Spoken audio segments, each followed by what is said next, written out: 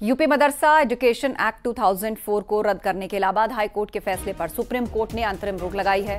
Supreme court ने UP सरकार को नोटिस जारी किया है। जुलाई के दूसरे सप्ताह में सुप्रीम कोर्ट अब सुनवाई करेगा। तो मदरसा एक्ट पर हाई कोर्ट के फैसले पर रोक लगाई गई है। सुप्रीम कोर्ट ने अंतरिम रोक लगाई है।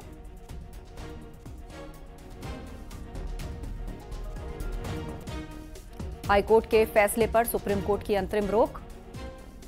मदरसा एक्ट पर यह रोक लगी है। सुशील पांडे हमारे साथ फोन लाइन पर हैं। सुशील, विस्तार से बताइए पूरी खबर। जी सुशील।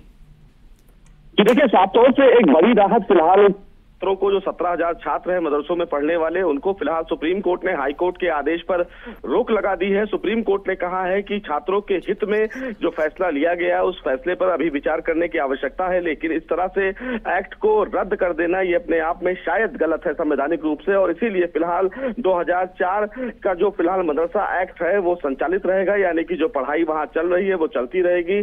सुप्रीम कोर्ट ने सीधे तौर पर जो हाई कोर्ट का आदेश है उस पर रोक लगाकर उत्तर प्रदेश सरकार को नोटिस जारी किया है। सुप्रीम कोर्ट ने सीधे तौर पर यह कहा है कि इस पूरे मामले में कहीं ना कहीं हमें उत्तर प्रदेश सरकार के जो रिप्लाई है उसको देखना पड़ेगा, और इसीलिए ये भी कहना सही नहीं है कि धर्मनिरपेक्षता का ये उल्लंघन है। खुद यूपी सरकार ने भी हाई कोर्ट में एक्ट का बचाव किया था, और इस पूरे मामले में कहीं ना कहीं अब आगे फिलहाल सुप्रीम कोर्ट सुनवाई करेगा, लेकिन सुप्रीम कोर्ट ने कहीं ना कहीं जो फिलहाल रोक लगाई है उस रोक से 17,000 जो यूपी में मदरसे में पढ़ने वाले छात्र हैं उनको राहत है। जी बिल्कुल। और इस एक्ट की बात करें तो विस्तार से बताइए सुशील, इस एक्ट के तहत क्या प्रोविजंस थे जो इसको हाई कोर्ट और अब सुप्रीम कोर्ट में सुनवाई के लिए ले जाया गया?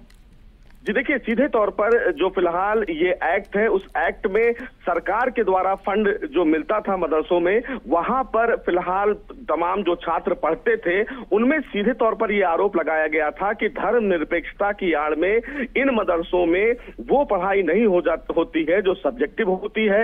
यूपी सरकार की तरफ से कहा गया कि जो मदरसे सीधे फंड लेते हैं वो सिर्फ एक तरफा धर्म को लेकर आगे बढ़ रहे हैं, जिसमें जो सब्जेक्ट होते हैं, चाहे वो इंग्लिश हो, हिंदी हो, मैथ हो, उसको लेकर सब्जेक्टिव होते हैं। जैसे ही छात्र 10वीं छात्र में पहुंचता है, 10वीं कक्षा में पहुंचता है, उसके पास अंग्रेजी या भौतिक विज्ञान जैसे जो सब्जेक्ट होते हैं वो सब्जेक्टिव तौर पर लिए जाते हैं, लेकिन जो कुरान है वो स्थायी रहता है। लिहाजा ऐसे अगर छात्रों के बीच में मदरसों में पढ़ाई की जाएगी तो जो मौलिक शिक्षा है, जो अभी मूलभूत आवश्यकता वाली शिक्षा है, जिसमें इंग्लिश की बात करें, फिजिक्स की बात करें, केमिस्ट्री की बात करें, अगर वो सब्जेक्टिव होंगी तो हमारे छात्र कहीं ना कहीं पीछे हो जाएंगे बाकी छात्रों से। और जिस तरह मदरसे की आड़ में यूपी सरकार से फंड लिया जाता है उस फंड का दुरुपयोग मदरसा कर रहा है। बिल्कुल। और हाईकोर्ट के फैसले पर फिलहाल अंतरिम रोक सुप्रीम कोर्ट द्वारा लगाई गई है। शुक्रिया सुशील अपडेट के लिए।